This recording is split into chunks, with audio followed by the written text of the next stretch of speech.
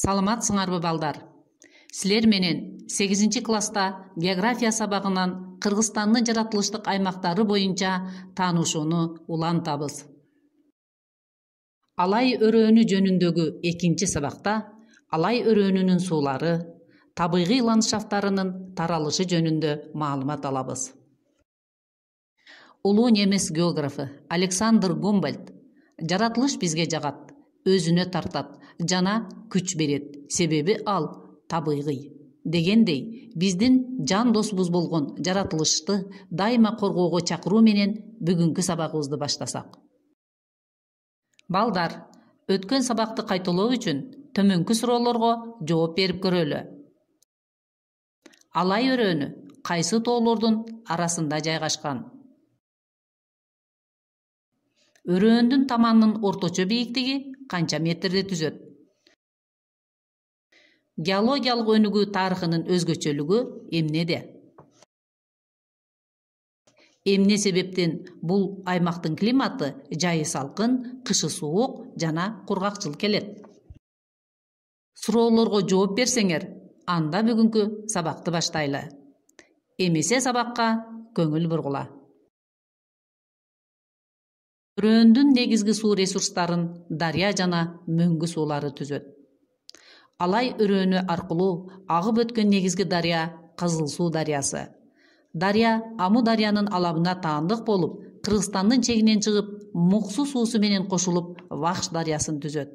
Дарыянын Кыргызстандагы узундугу 222 километр болуп, суу чогултуучу аянты 7680 чарчы километрге барабар. Дарыя суусунун жылдык агымы 56,5 метр куб секундасына түзөт. Сүрөттө көрүнүп тургандай, дарыя суусунун түсү кызыл түскө ээ. Геологиялык өнүгүү тарыхында бул аймактын узак мезгил суу астында жатканы жана акырындап пайда болгон тоо тектеринин таасиринен улам суунун түсү кызыл түскө ээ болот.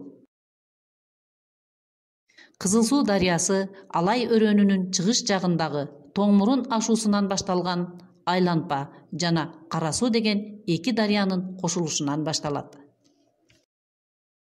Картадан көрүнүп тургандай, өрөөндү бойлой дарыяга бир канча оң жана сол куймалары кошулат. Оң жагынан Талдык, Сары Могол, Кашка суу, Дароот, Көк суу дарыялары кошулса, сол жагынан Кызыл агын, Туюн суу, Ачык таш, Каман суу, Алтын дайра, Шибээ дарыялары кошулат. Дарыянын оң куймалары кыска, суусу аз болсо, сол куймалары салыштырмалуу узун, суусу көп болот. Балдар, ойлонуп көргүлөчү, эмне себептен дарыянын сол куймалары узун, суусу көп болот? Бул суроого жооп берүү үчүн өткөн темага кайрылсаңар болот. Ал эми өрөөндүн чыгышында, чыгыш тарапка карап, Чоңалай тоосунун корумдуу чокусунан Чыгыш Кызыл суу дарыясы башталат. Ага түндүк тараптан агып келген Көк суу дарыясы кошулуп, Кытайдын чегине өтүп кетишет. Өрөөндүн бардык дарыялары негизинен кар мөңгүдөн суу алып, Тянь-Шань тибиндеги дарыяларга кирет. Дарыя суулары жаратылышта жана чарбачылыкта тирүү организмдер үчүн эң керектүү байлык болуп саналат. Өрөөндү курчаган тоолор Кыргызстандагы мөңгүлүү аймактардын катарына кирет. Алай тоосунун өрөөнгө караган түштүк капталында жаан-чачындын түшүүсү аз болгондуктан мында мөңгүлүү аймактар аз кездешет. Ал эми Чоңалай тоосу Орто Азиядагы мөңгүлүү тоолордун катарына кирет. 7000 метрден жогору болгон бул тоого Алай тоосунан ашып келген жаан-чачындын жаашы менен тоонун кырларында туташ кар мөңгүлүү аймактар көп таралган. Төмөндөгү таблицадан Чоңалай тоосунда таралган мөңгүлөр боюнча маалымат алабыз. Чоңалай тоосунда Корженевский, Ленин, Нура, Кызыл суу, Каман сыяктуу мөңгүлөр жайгашкан.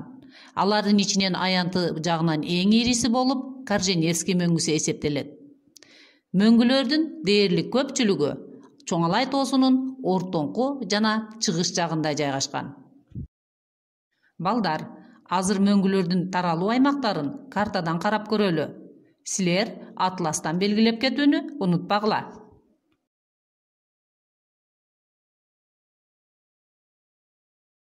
Мөңгүлөрдүн дагы жаратылышта мааниси өтө чоң. Кана эстеп көргүлөчү балдар, мөңгүлөрдүн кандай маанилерин билесиңер.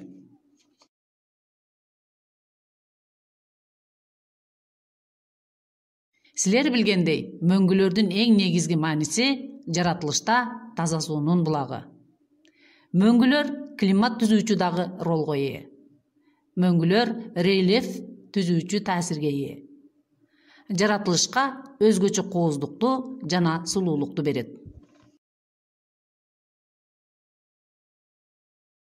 Алай өрөөнүнүн табигый ландшафттарына токтоло турган болсок, мында негизинен аридтик ландшафттар таралган. Балдар, силер менен биз буга чейинки сабактарда аридтик жана ландшафт деген сөз менен таанышканбыз. Анда бул терминдерди эске салып алалы. Аридтик континенталдык, кургакчыл дегенди түшүндүрөт. Евразия материгинин мээлүүн жана субтропикалык климаттык алкактарына мүнөздүү. Ландшафт жаратылыштык аймактык комплекстин синоними. Ошондой эле геологиялык өнүгүү тарыхы, рельефи, климаты, топурагы, өсүмдүктөрү бирдей шартта пайда болгон бир бүтүн аймакты дагы түшүндүрөт. Алай өрөөнүндө төмөнкүдөй жаратылыш комплекстери бийиктик алкактуулук боюнча таралат. Таблицада көрүнүп тургандай, 2500 метр бийиктикке чейин Алай өрөөнүнүн батыш жагында ачык күрөң топурактуу жарым чөл жана кургак талаа зонасы, ортоңку бөлүгүндө кара күрөң топурактуу талаа зонасы, өрөөнүн чыгыш бөлүгүндө ачык күрөң топурактуу кургак талаа зонасы таралган. Ал эми 2500-дөн 3600 метр бийиктикке чейин жалпы тоо капталдарында чала чымдуу, гумустуу топурактарда доңуз сыртуу субальпы жана альпы зоналары таралган. 3600-дөн 7000 метрге чейинки бийиктикте кар мөңгүлүү гляциалдык, нивалдык зонасы жатат. Ушул жаратылыш зоналары жөнүндөгү сүрөттөрдү карап көрөлү.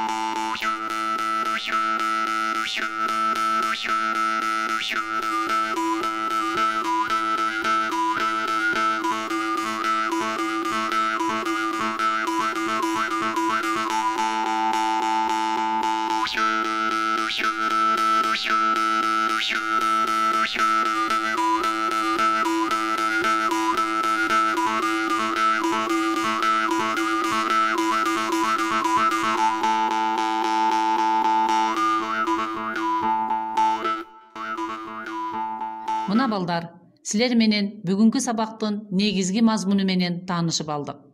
Сабакты бышыктоо үчүн төмөнкү таблицадагы бириктирүү тапшырмаларын иштеп көрөлү. Таблицанын сары түстүү сол жак тарабында темадан алынган түрдүү суроолор коюлган. Ал эми оң жак тарабындагы көк түстүү жакта бул суроолордун жооптору жазылган. Бирок суроолордун жооптору аралаш жазылган. Астыңкы таблицанын оң катарын жогорудагы таблицадагы туура келген тамгалар менен толтуруп чыккыла. Эми үйгө тапшырмага көңүл бургула. Үйгө тапшырма. 1. Алай өрөөнү боюнча окуу китептин 214-215 беттерин окуп чыккыла жана тема аягындагы суроолорго жооп берип көргүлө. 2. Кыргыз Республикасынын физикалык географиясы боюнча атласынын 9 бетине Алай өрөөнү аркылуу аккан суулардын аттарын жазгыла. 3. Ошол эле бетине Чоң Алай тоосунда жайгашкан мөңгүлөрдүн таралуу аймактарын белгилегиле. Ушуну менен сабагыбыз аягына чыкты. Көңіл бұрғаныңар үшін чоң рахмат. Кейінгі сабақта жолығышқанға чейин саламатта болгула.